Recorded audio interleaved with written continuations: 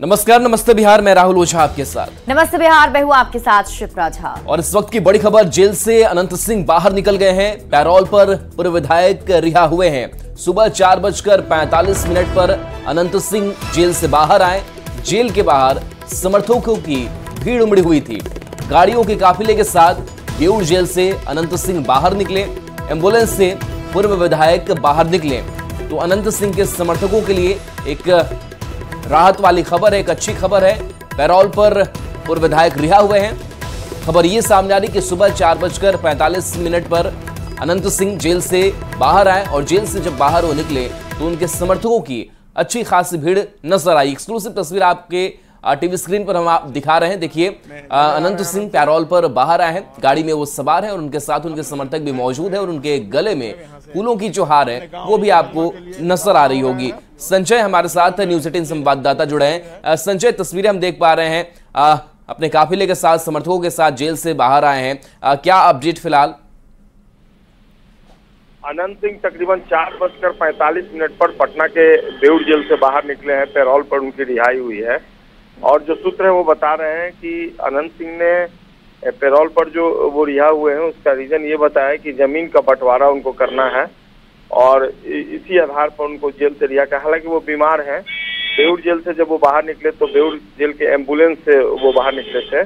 अकेले एम्बुलेंस में बैठे हुए थे और उसके बाद जेल के बाहर काफी संख्या में उनके समर्थक थे और 4:45 पर वो बेउर जेल से बाढ़ के लिए रवाना हुए, जो उनका विधानसभा क्षेत्र है। और अभी उनका काफिला बाढ़ से आगे बढ़ गया है। मोकामा के लिए वो निकले हैं। काफिले में 100 से अधिक गाड़ियां दिख रही हैं। यहाँ पर भारी संख्या में उनके समर्थक हैं और जगह जगह रोककर विधायक, जो पूर्व विधायक अनंत सिंह, उनका स्वागत किया जा रहा है। फिलहाल वो मोकामा की तरफ बढ़ चले हैं और उनका विधानसभा क्षेत्र की जो सीमा है वहां तक जाएंगे और जो शेड्यूल मिला है उसके अनुसार वो बरहिया भी जाएंगे।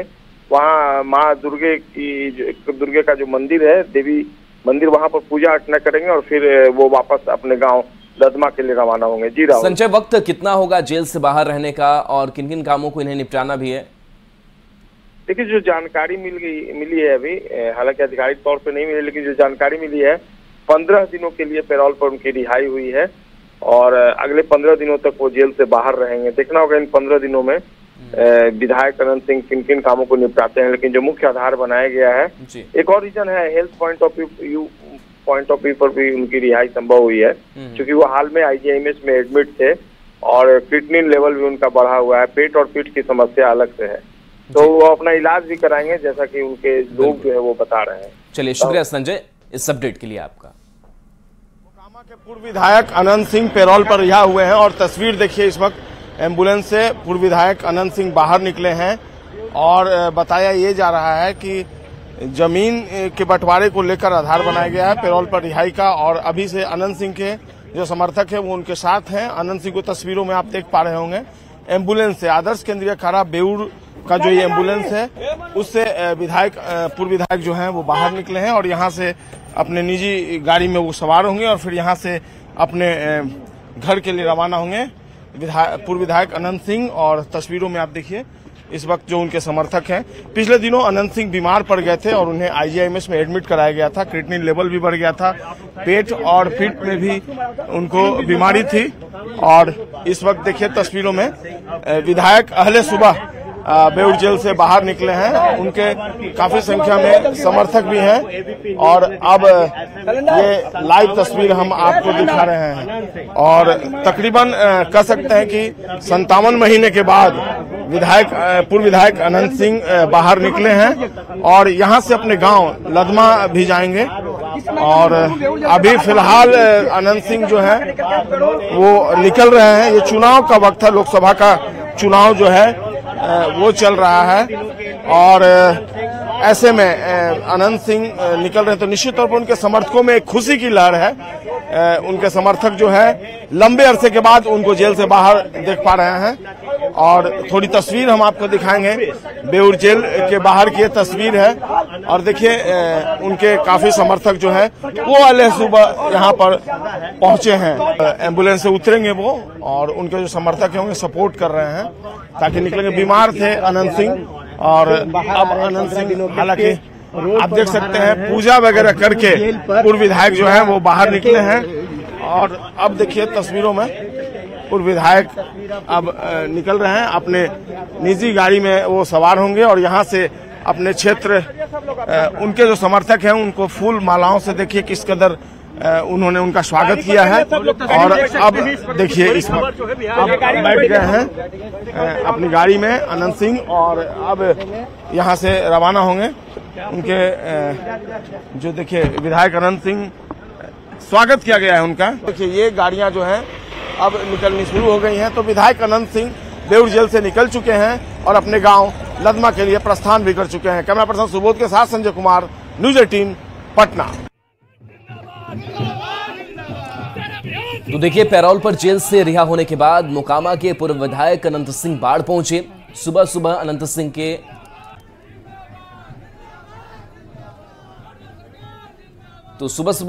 के स्वागत के लिए उनके समर्थकों का हुजूम उमड़ा हुआ था। अनंत सिंह का बाढ़ के एनएस कॉलेज मोड़ पर भव्य स्वागत किया गया और यहां पर सैकड़ों समर्थक गाजे बाजे के साथ अस्पताल चौक पर सुबह से इंतजार कर रहे थे। संवाददाता अनिरुद्ध अधिक जानकारी के साथ जुड़े हुए हैं। अनिरुद्ध, अभी कहां पहुंचा है अनंत सिंह का काफिला और किस तरीके से स्वागत किया जा रहा है? जी देखिए, अनंत सिंह जब जेल से पैरों पर बाहर आया तो बाढ़ के सदनीमा, जो विधानसभा का पहला क्षेत्र बताया था, सदनीमा से लेकर मोकामा तक सैकड़ों जगह पर उनके समर्थक जो है उनके स्वागत के लिए जेसीबी से फूल बरसा रहे हैं। अभी अनंत सिंह जो है वो एनटीपीसी थाना के आगे रैली पहुंच रहे हैं और रैली से ही एक साथ सभी लोग एकजुट होकर मोकामा के लिए कूच करेंगे और मोकामा के बाद वो बढ़िया दुर्गा मंदिर में पूजा अर्चना करने के बाद फिर वापस लदमा लौटने का उनका प्रोग्राम है। जी, और उनके अगर हम बात करें जो काम के लिए उन्हें पेरोल मिला है, जो जानकारी मिल पा रही है कि कुछ जमीन बंटवारे का मामला है, उससे जुड़ी और कुछ जानकारी आपके पास कि क्या कुछ निपटाना है उनको काम? आज पूरा दिन का करीब शाम 5 बजे तक वो बढ़िया दुर्गा मंदिर में पूजा अर्चना करने के बाद ही वो लदमा के लिए लौटेंगे और लदमा लौटने के बाद ही वो अपना जो काम के लिए पेरोल पे उनको रिहा किया गया वो अपना कार्य करेंगे। लेकिन आज पूरा दिन उनका प्रोग्राम जो है वो मोकामा और बाढ़ में ही समर्थकों से मिलने का रहेगा। जी, चलिए आप इस खबर पर नजर बनाए रखिए। बहुत बहुत शुक्रिया तमाम जानकारी के लिए अनिरुद्ध।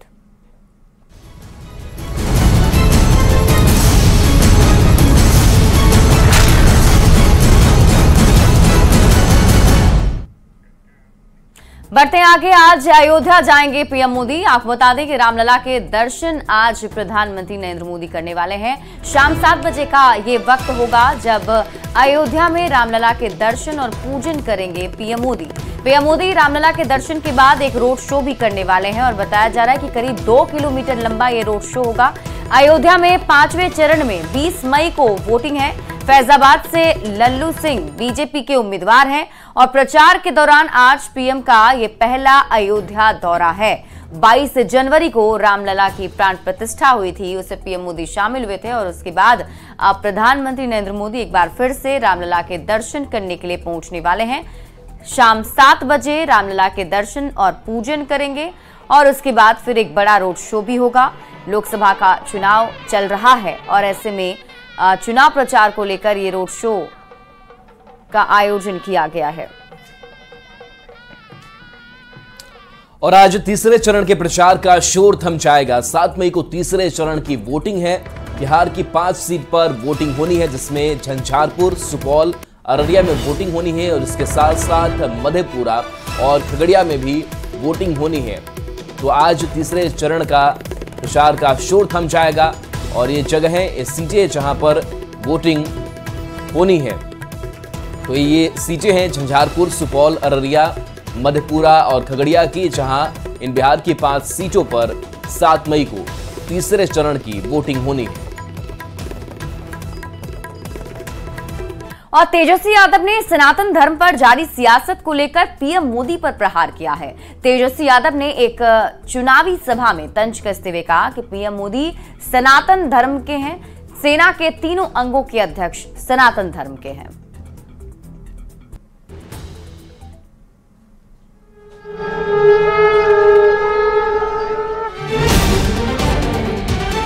खतरा है रे सनातनी के, प्रधानमंत्री हमारे सनातन धर्म के। यहाँ हिंदू मुस्लिम सिख ईसाई का कोई डिस्टिंक्शन नहीं है, सब बराबर हैं।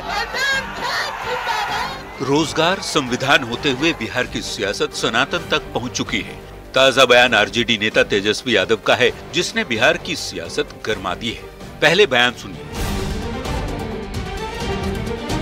खतरा है सनातनी के, प्रधानमंत्री हमारे सनातन धर्म के, राष्ट्रपति सनातन धर्म के, तीनों सेना के अध्यक्ष सनातन धर्म के, सब मुख्यमंत्री सनातन धर्म के, हर प्रदेश के हर गवर्नर सनातन धर्म के, फिर भी कह रहे सनातनी खतरे में। कैसे रे भाई?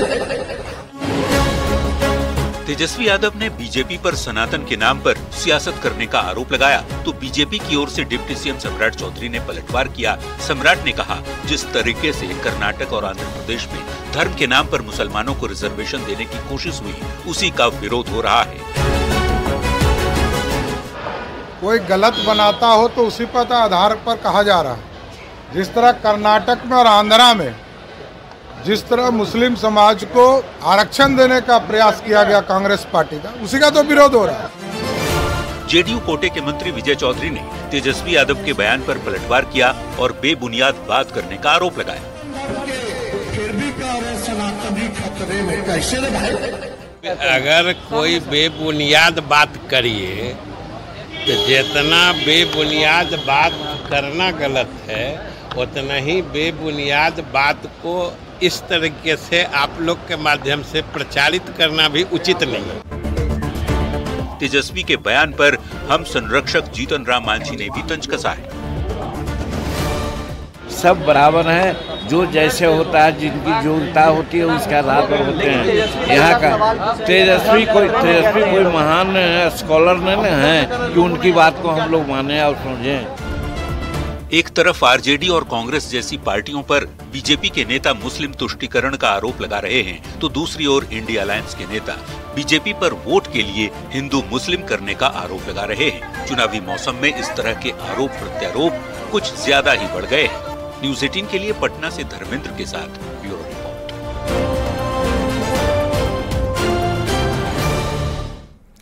सनातन धर्म पर जारी सियासत को लेकर तेजस्वी यादव के बयान पर पीएम मोदी ने प्रहार किया है। दरभंगा में पीएम मोदी ने कहा कि उन्होंने जब से कांग्रेस आरजेडी के इरादों को बेनकाब किया है, ये लोग बौखला गए हैं। अब आरजेडी ने ये गिनना शुरू कर दिया है कि सेना में कौन हिंदू है, कौन मुसलमान है। पीएम मोदी ने कहा कि देश की रक्षा के लिए जो सीने पर गोली खाता है वो पहले भारतीय होता है और ये आरजेडी के लोग उसे हिंदू मुसलमान की नजर से देखते हैं।